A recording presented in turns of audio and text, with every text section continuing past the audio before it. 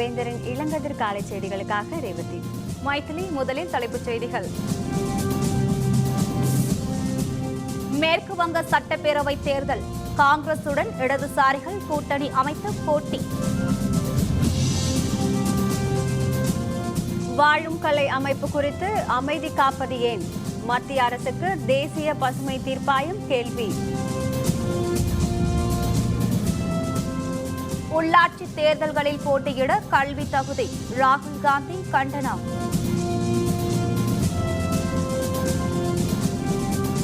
வேளாண் பொறியாளர் முத்துக்குமாரசாமி தற்கொலை வழக்கு சிபிஐயிடம் ஒப்படைக்க தமிழக அரசுக்கு கருணாநிதி வேண்டுகோள். மேற்கு வங்க மாநில சட்டப்பேரவை தேர்தலில் இடதுசாரிகளும் காங்கிரஸ் கட்சியும் கூட்டணி அமைத்து போட்டியிடுவது என முடிவெடுக்கப்பட்டுள்ளது. மேற்கு வங்க மாநில பேரவைத் தேர்தலில் தனித்து போட்டியிட அம்மாநிலத்தை ஆளும் திரிணாமுல் காங்கிரஸ் முடிவெடுத்துள்ளது.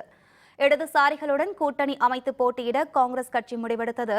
கூட்டணி ஒப்பந்தம் முடிவாகியுள்ளதாக தில்லியில் செய்தியாளர்களுடன் பேசிய காங்கிரஸ் கட்சியின் ஆதிர் ரஞ்சன் சௌத்ரி தெரிவித்தார். தொகுதி பங்கீடு குறித்து பேச்சுவார்த்தை நடைபெற்று வருவதாகவும் அவர் மேலும் தெரிவித்தார். अलायंस तो पूरी तरह है, हमारा तो इलेक्टोरल एडजस्टमेंट हो चुके हैं, सीट अंडरस्टैंडिंग हो चुके हैं।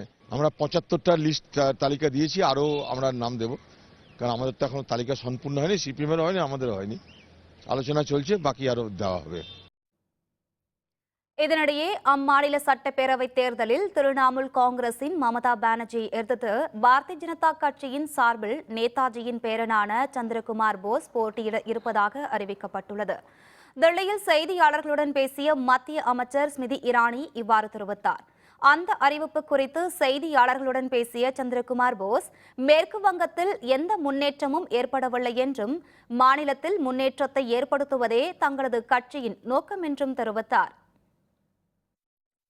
देखिए, ये तो पार्टी का डिसीजन है, पार्टी जो तय करेंगे वही हम एक्सेप्ट करेंगे और लड़ेंगे. देखिए, पश्चिम बंगाल का अभी काफी दिन से कोई डेवलपमेंट नहीं हुआ. ये पश्चिम बंगाल का अभी डेवलपमेंट होता है, इंफ्रास्ट्रक्चर बढ़ता है, तो पश्चिम बंगाल का फायदा के लिए हम कुछ काम कर सके तो जनता जरूर हमको सपोर्ट देंगे.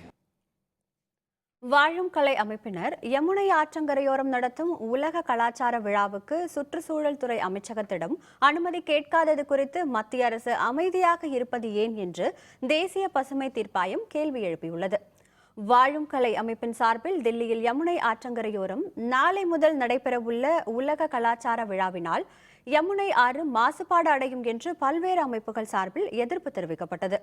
இதுகுறித்து வழக்கை விசாரித்த தேசிய பசுமை தீர்ப்பாயம் வாழும் கலைக்கு பசுமை அபராதமாக ரூபாய் 5 கோடி விதிப்பதாகவும் நிகழ்ச்சி தொடங்கும் முன் தொகையை செலுத்த வேண்டும் என்றும் உத்தரவிட்டது. சுற்றுச்சூழலை மேலும் மாசுபடுத்தும் வகையில் உலக கலாச்சார விழா நடத்த அனுமதி அளித்த விவகாரத்தில் சரிவர கடமையாற்றாத குற்றத்திற்காக தில்லி மேம்பாட்டு ஆணையத்திற்கு ரூபாய் 5 லட்சமும் மாசு கட்டுப்பாட்டு அமைப்புக்கு ரூபாய் 1 லட்சமும் அபராதமாக விதித்து பசுமை தீர்ப்பாயம் உத்தரவிட்டுள்ளது. இந்த விவகாரத்தில் மத்திய சுற்றுச்சூழல் அமைச்சகத்திடம் அனுமதி கேட்காதது குறித்து மத்திய அரசு அமைதியாக இருப்பது ஏன் என்றும் பசுமை தீர்ப்பாயம் கேள்வி எழுப்பியுள்ளது. தீர்ப்பாயத்தின் பொறுமையை மேலும் சோதிக்க வேண்டாம் என்றும் அந்த உத்தரவில் கண்டனம் தெரிவித்துள்ளது. இதனிடையே இதுபோன்ற விவகாரங்களுக்கு தங்களிடம் அனுமதி கேட்க தேவையில்லை என்று மத்திய சுற்றுச்சூழல் துறை அமைச்சர் பிரகாஷ் ஜவடேகர் தெரிவித்துள்ளார். Public meetings like other things don't require environment clearance. और इसलिए वो हमारे यहाँ नहीं आता है प्रकरण, ये लोकल एडमिनिस्ट्रेशन ही तय करता है. We have also suggested what necessary precautions should be taken after the meeting so that there is no environmental damage. உள்ளாட்சி தேர்தல்களில் போட்டியிட கல்வி தொகுதியை கட்டாயமாக்குவதன் மூலம் ஏழைகளின் அடிப்படை உரிமைகளை பாரதிய ஜனதாவும் RSS அமைப்பும் பறிக்க முயல்வதாக ராகுல் காந்தி குற்றம் சாட்டியுள்ளார். பாரதிய ஜனதா கட்சி ஆளும் ஹரியானா, ராஜஸ்தான் ஆகிய மாநிலங்களில் உள்ளாட்சி தேர்தல்களில் போட்டியிடுவதற்கு 10ஆம் வகுப்பு தேர்ச்சி பெற்றிருப்பது கட்டாயம் என்று அறிவிக்கப்பட்டுள்ளது. இதற்கு பல்வேறு தரப்பினரும் கடும் எதிர்ப்பு தெரிவித்துள்ளனர். இந்த நிலையில் இது தொடர்பாக காங்கிரஸ் துணைத் தலைவர் ராகுல் காந்தி தமது வலைதள பக்கத்தில் கருத்து தெரிவித்துள்ளார். பாரதிய ஜனதாவின் இந்த நடவடிக்கைக்கு எதிராக நாடாளுமன்றத்தில் எதிர்க்கட்சிகள் ஒன்றிணைந்தது பெருமை அளிப்பதாகவும் ஏழைகள், தலித் சமூகத்தினர் மற்றும் ஆதிவாசி சமூகத்தினரின் உரிமைகளை பறிக்க முயலும் இந்த முயற்சியை தாம் கண்டிப்பதாகவும் ராகுல் காந்தி தெரிவித்துள்ளார்.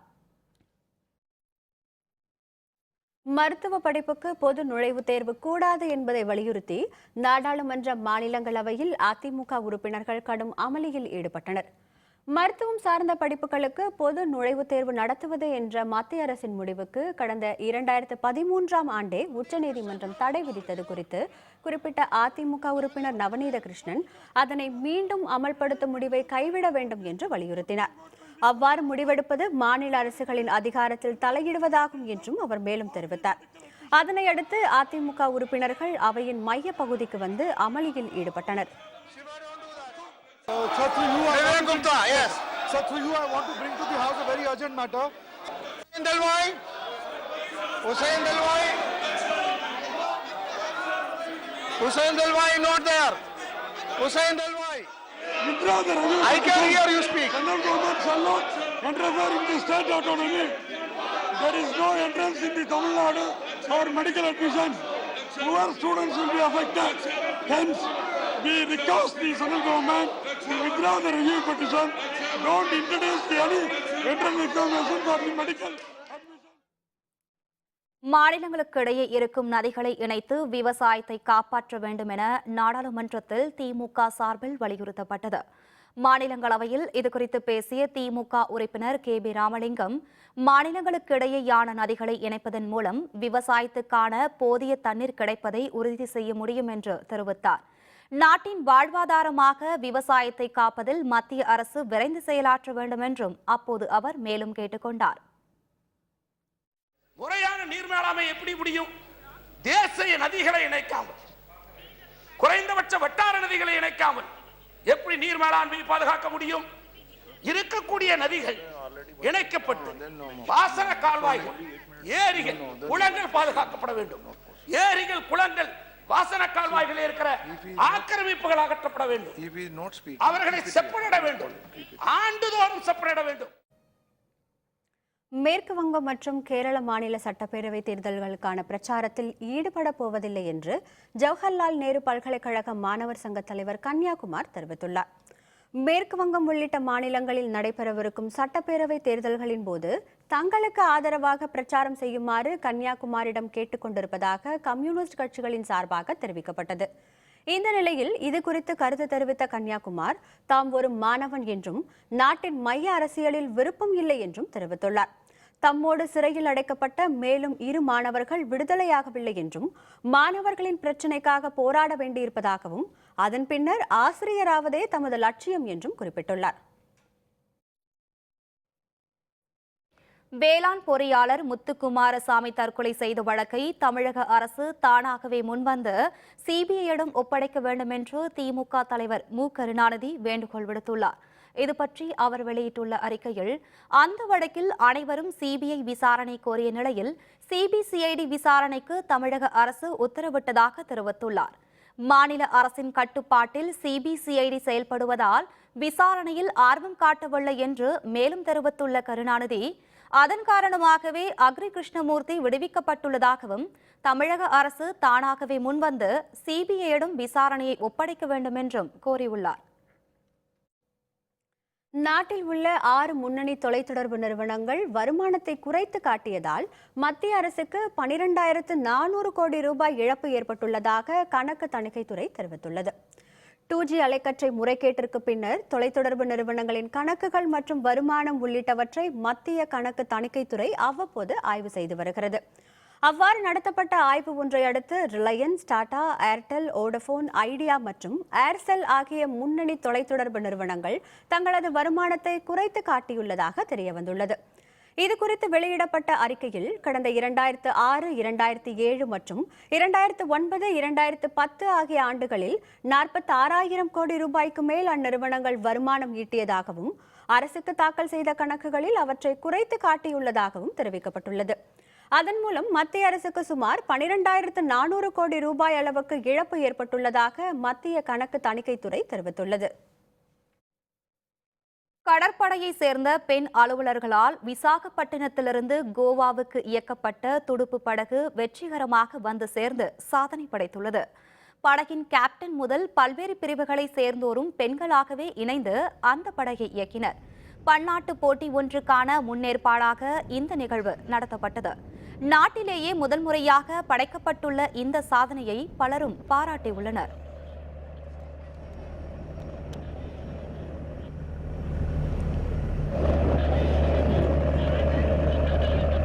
वर्तिका जोशी, लेफ्टिनेंट प्रतिभा जामवाल. அடுத்த வாரம் கூட்டணி முடிவு அறிவிப்பு. ஜி.கே. வாசன் தகவல். விவரம் விளம்பர இடைவேளைக்கு பிறகு.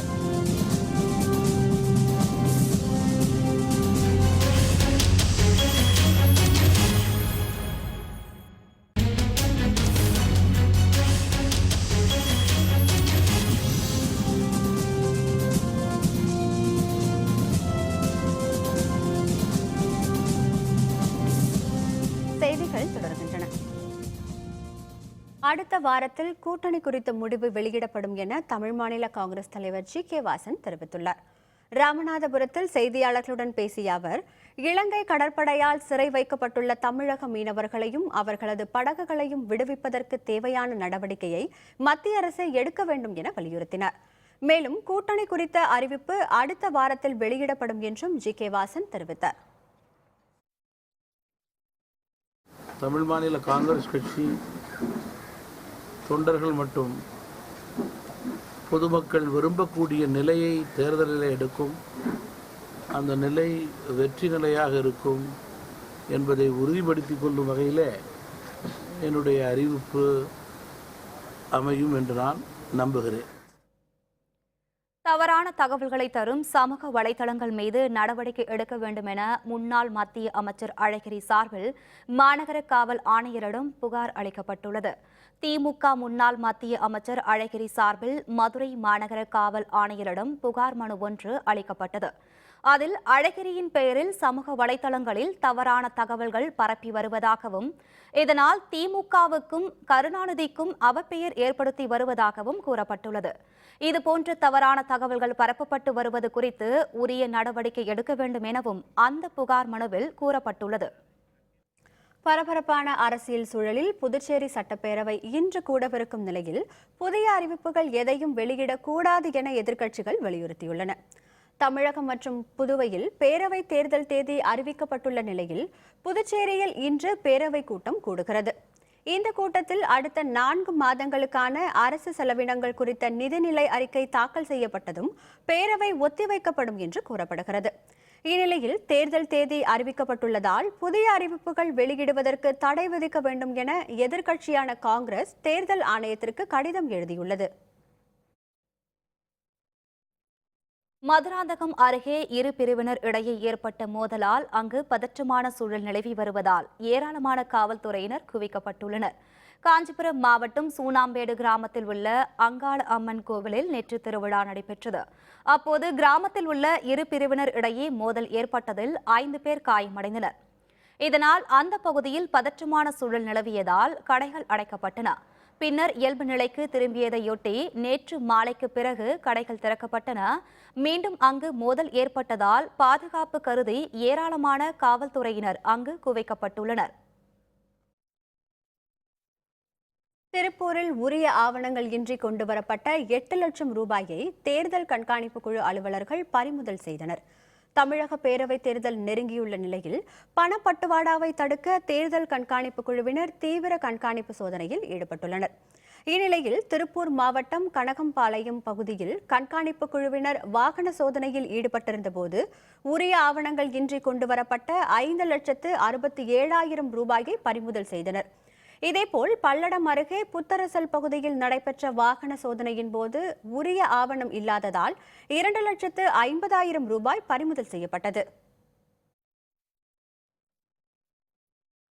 திருவள்ளூர் திருவாலங்காடு இடையிலான 4வது அகல ரயில் பாதையின் சோதனை ஓட்டத்தை ரயில்வே பாதுகாப்பு ஆணையர் சதீஷ்குமார் மிட்டல் தொடங்கி வைத்தார். சென்னையிலிருந்து அரக்கோணம் வழியாக திருவள்ளூர் முதல் திருவாலங்காடு வரையிலான 17 கிலோமீட்டர் தூரத்திலான அகல ரயில் பாதை திட்டம் 50 கோடி ரூபாய் மதிப்பீட்டில் பணிகள் முடக்கப்பட்டுள்ளன. இந்நிலையில் திருவாலங்காடு ரயில் நிலையத்திலிருந்து அதிவேக சோதனை ஓட்டம் நடைபெற்றது. இதில் தென்னகர ரயில்வே பாதுகாப்பு ஆணையர் சதீஷ்குமார் மிட்டல், முதன்மை மேலாளர் மிஸ்ரா, சென்னை கோட்ட மேலாளர் அனுபம் சர்மா மற்றும் உயர் அலுவலர்கள் பலரும் இதில் பங்கேற்று திட்டத்தை தொடங்கி வைத்தனர். முன்னதாக திருவாலங்காடு ரயில் நிலையத்தில் விழாவிற்கு வந்த உயர் அலுவலர்கள் மரக்கன்றுகளை நட்டனர். பொள்ளாச்சி அருகே காட்டு யானைகள் மோதிக்கொண்டதில் காயமடைந்த ஒரு யானை துடிதுடித்து பலியானது. கோயம்புத்தூர் மாவட்டம் மேற்கு மலை தொடர்ச்சியை ஒட்டியுள்ள சர்க்கார்பதி வனப்பகுதியிலிருந்து யானை உள்ளிட்ட வன விலங்குகள் அங்கிருந்து வெளியேறி குடியிருப்பு பகுதிகளை நோக்கி இடம்பெயர்ந்து வருகின்றன. இந்நிலையில் சர்க்கார்பதி வனப்பகுதியை ஒட்டியுள்ள ஊடை அருகே சில காட்டு யானைகளுக்கு இடையே மோதல் ஏற்பட்டுள்ளது. இதில் படுகாயமடைந்த ஆண் யானை ஒன்று ஓடை அருகே இறந்து கிடந்தது. இந்நிலையில் காயமடைந்த யானை உயிருக்கு போராடி கொண்டிருந்த நிலையில் வனத்துறையினருக்கு தகவல் கொடுத்ததாகவும், ஆனால் வனத்துறையினர் யாரும் வரவில்லை என்றும் மலைவாழ் மக்கள் கூறியுள்ளனர். காலையில் இங்கே வந்து குளிக்க வரும்போது பார்த்தா ஆனை குடல் வந்து வெளியே வந்துருச்சுங்க. அதுக்கப்புறம் காலையில் நேரமாக ஃபாரஸ்ட்டு வனத்துறையினர் கூட்டு தகவல் கொடுத்தாங்க. அவங்க வந்து பார்த்து அவங்களும் ரேஞ்ச் ஆஃபீஸர் எல்லாம் வந்து பார்த்து ஆனை இதாச்சுங்க. 12 மணி ஆகும்போது இறந்துச்சுங்க. அரியலூர் அருகே பாதுகாப்பு அற்ற நிலையில் உள்ள 1000 ஆண்டுகள் பழமையான சிலையை பாதுகாக்க நடவடிக்கை எடுக்க வேண்டும் என ஆராய்ச்சியாளர்கள் கோரிக்கை விடுத்துள்ளனர். அரியலூர் மாவட்டம் திருமானூர் பேருந்து நிலையம் அருகே 10 அடி உயரத்திலான ஸ்ரீதேவி பூதேவி சம்மேதரராய் காட்சி தரும் பெருமாள் சிலை ஒன்று வெட்ட வெளியில் பாதுகாப்பு அற்ற நிலையில் காணப்படுகிறது. இந்த சிலை ராஜராஜன் சோழன் காலத்தில் கட்டப்பட்டது என்றும், தஞ்சாவூருக்கு எடுத்து செல்லும் வழியில் கொள்ளிடம் ஆற்றில் ஏற்பட்ட வெள்ளப்பெருக்கால் திருமானூரில் வைக்கப்பட்டதாகவும் கூறப்படுகிறது. வரலாற்று சிறப்புமிக்க இந்த சிலையை பாதுகாக்க நடவடிக்கை எடுக்க வேண்டும் என வரலாற்று ஆய்வாளர்கள் கோரிக்கை விடுத்துள்ளனர். இந்த சிற்பங்களை அது மிகவும் கனமான உயரமான பருமனான சிற்பம் என்பதனால் அந்த இடத்திலேயே வேலி அமைத்து நாம் அதை பாதுகாக்கலாம். அல்லது கோவில் அமைப்பதற்கான முயற்சி செய்தால் அந்த இடத்திற்கு இந்த சிற்பத்தை எடுத்து சென்று மீண்டும் வழிபாடு செய்வதற்கான முயற்சிகள் மேற்கொண்டால் இயல்பாகவே பாதுகாக்கப்படுகின்ற ஒரு சிற்பங்களாக மாறிவிடும். அறந்தாங்கி அடுத்த மேற்பனைக்காடு அருள்மிகு வீரமாகாளியம்மன் கோவிலில் மழை வேண்டி நடைபெற்ற திருவிழாவில் திரளான பெண்கள் மது குடங்களை சுமந்து வந்து அம்மனை வழிபட்டனர். புதுக்கோட்டை மாவட்டம் மேற்பனைக்காடு அருள்மிகு வீரமாகாளியம்மன் கோவிலில் மாசிமக திருவிழா கடந்த 23ஆம் தேதி காப்பு கட்டுதலுடன் தொடங்கியது. விழாவின் முக்கிய நாளான நேற்று மது எடுப்பு திருவிழா நடைபெற்றது. பருவம் பொய்க்காத மழை வேண்டி நடைபெற்ற இந்த திருவிழாவில் 500க்கும் அதிகமான பெண்கள் தென்னம்பாளைகளால் அலங்கரிக்கப்பட்ட மது குடங்களை தலையில் சுமந்து ஊர்வலமாக சென்றனர். பின்னர் காவிரி கரையோரமாக உள்ள வீரமாகாளியம்மனுக்கு மது குடங்களை படையலிட்டு வழிபட்டனர். இந்த மதுக்குட வேண்டுதல் மூலம் வறட்சி நீங்கி செழுமை பிறக்கும் என்பது அந்த பகுதி மக்களின் நம்பிக்கையாக உள்ளது.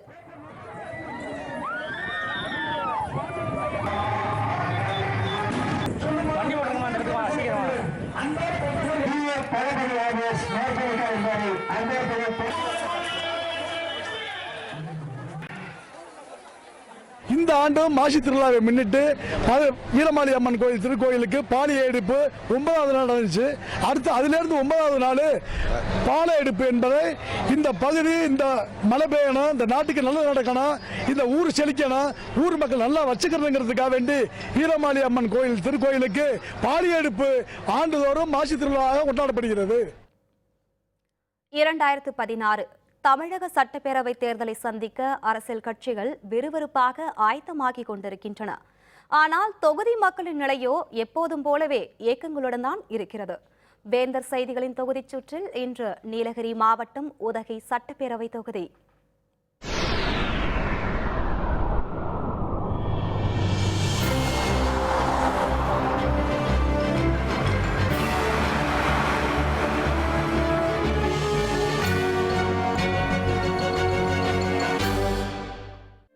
மலைகளின் ராணி நீலகிரி.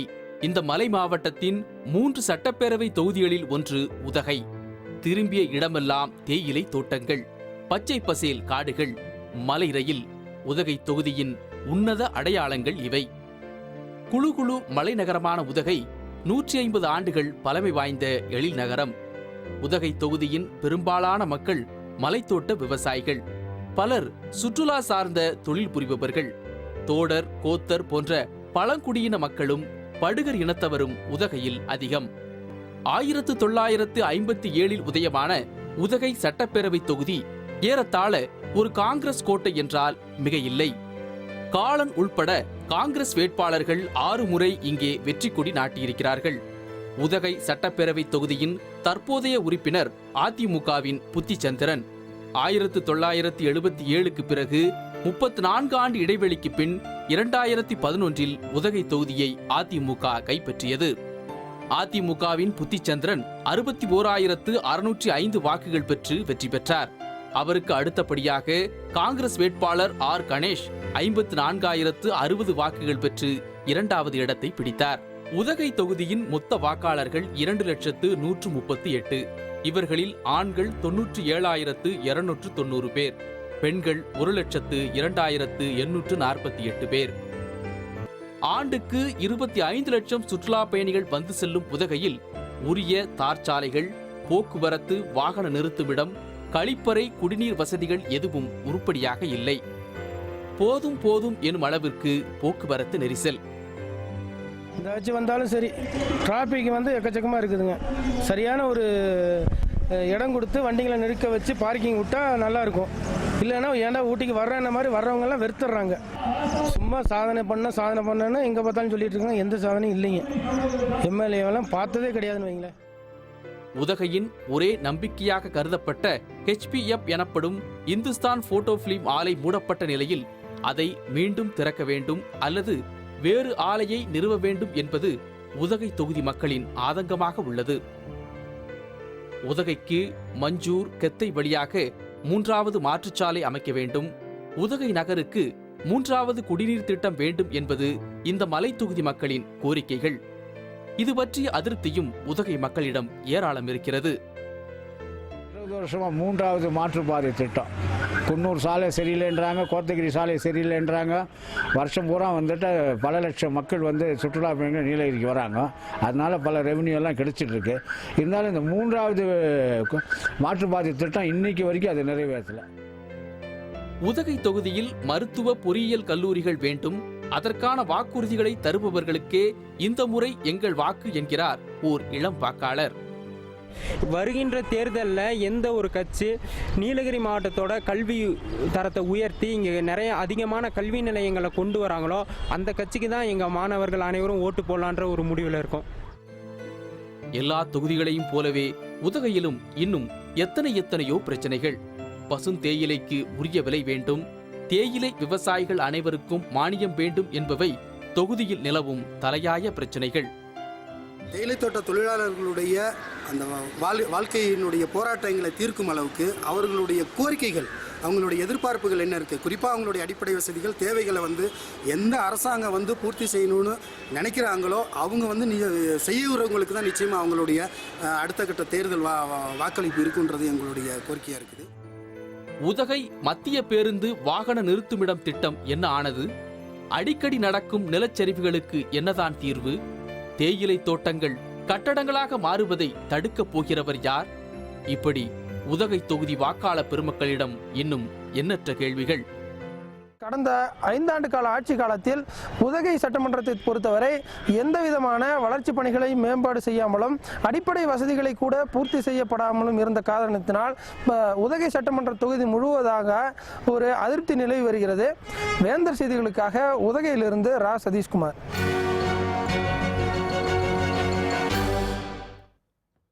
துபாயில் கொட்டி தீர்த்த கனமழை. ஒரே நாளில் 29 சென்டிமீட்டர் மழை பெய்ததால் பெருவெள்ளம். விவரம் விளம்பர இடைவேளைக்கு பிறகு.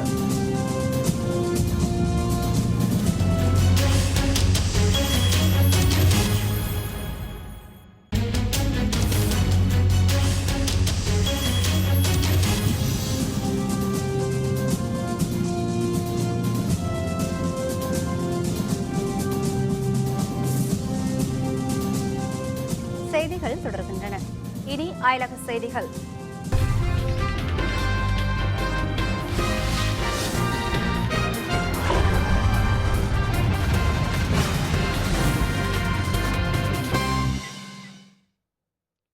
துபாயில் கடுமையான புயல் மற்றும் கனமழையால் ஏற்பட்ட வெள்ளப்பெருக்கு காரணமாக மக்களின் இயல்பு வாழ்க்கை பாதிக்கப்பட்டுள்ளது. ஐக்கிய அரபு எமிரேட்ஸில் நேற்று முதல் கடுமையான புயல் வீசி வருவதோடு கனமழையும் பெய்து வருகிறது. இதனால் சாலை மற்றும் விமான போக்குவரத்தும் கடுமையாக பாதிக்கப்பட்டுள்ளது. அபுதாபி, துபாய் உள்ளிட்ட இடங்களில் பெய்த கனமழையால் வெள்ளப்பெருக்கு ஏற்பட்டு சாலைகள் துண்டிக்கப்பட்டுள்ளன. கனமழையால் வீடுகள் மற்றும் வாகனங்கள் தண்ணீரில் மூழ்கியுள்ளன. பருவமழை காலத்தில் சராசரியாக 78 சென்டிமீட்டர் மழை பெய்து வரும் நிலையில் ஒரே நாளில் 29 சென்டிமீட்டர் மழை பெய்துள்ளது குறிப்பிடத்தக்கது. மேலும் இன்றும் கனமழை மற்றும் புயல் நீடிக்கும் என அந்நாட்டு வானிலை மையம் எச்சரிக்கை விடுத்துள்ளதால் பள்ளி, கல்லூரிகள், அலுவலகங்களுக்கு விடுமுறை அறிவித்ததோடு பல்வேறு முன்னெச்சரிக்கை நடவடிக்கைகளை அந்நாட்டு அரசு எடுத்து வருகிறது.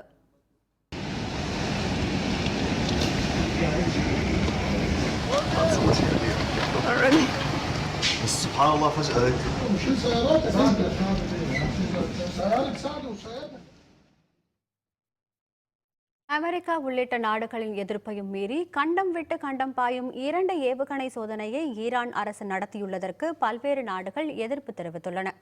நீண்ட தூரம் பாய்ந்து இலக்கை தாக்கி அழிக்கும் காதர் H, காதர் F என்ற 2 ஏவுகணைகளை ஈரான் அரசு நேற்று வெற்றிகரமாக சோதனை நடத்தியதாக அந்நாட்டு தொலைக்காட்சிகள் ஒளிபரப்பின. ஈரானின் அல்போர்ஸ் மலைப்பகுதியிலிருந்து 1400 கிலோமீட்டர் தொலைவில் உள்ள இலக்கை துல்லியமாக தாக்கி அழிக்கும் இந்த சோதனைக்கு அமெரிக்கா உள்ளிட்ட நாடுகள் ஏற்கனவே எதிர்ப்பு தெரிவித்து வந்தன. இந்நிலையில் இந்த ஏவுகணை சோதனைக்கு சர்வதேச நாடுகள் தனித்தோ அல்லது கூட்டாக சேர்ந்தோ ஈரான் மீது பொருளாதார தடை விதிக்க உள்ளதாக தகவல்கள் தெரிவிக்கின்றன.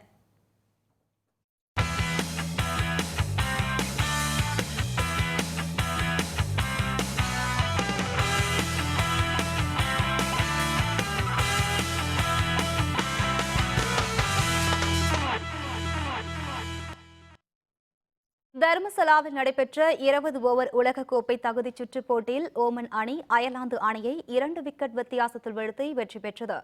இமாச்சல பிரதேசம் தர்மசலாவில் நடைபெற்ற 20 ஓவர் உலகக்கோப்பை தகுதிச் சுற்றுப் போட்டியில் ஏ பிரிவில் உள்ள ஓமன் அணியும் அயர்லாந்து அணியும் மோதின. முதலில் டாஸ் வென்ற ஓமன் அணி பந்து வீச்சை தேர்ந்தெடுத்தது. இதனையடுத்து பேட்டிங் செய்த அயர்லாந்து அணி 20 ஓவர்கள் முடிவில் 5 விக்கெட்டுகளை இழந்து 154 ரன்கள் எடுத்தது. அந்த அணியில் அதிகபட்சமாக கேரி வில்சன் 38 ரன்களை எடுத்தார்.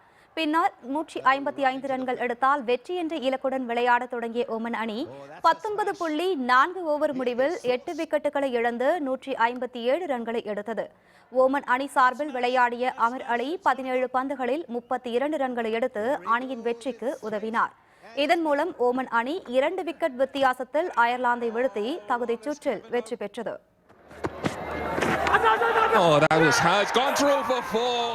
Perhaps the greatest moment, the proudest moment in their short international. மீண்டும் தலைப்புச் செய்திகள். மேற்கு வங்க சட்டப்பேரவை தேர்தல், காங்கிரசுடன் இடதுசாரிகள் கூட்டணி அமைத்து போட்டி.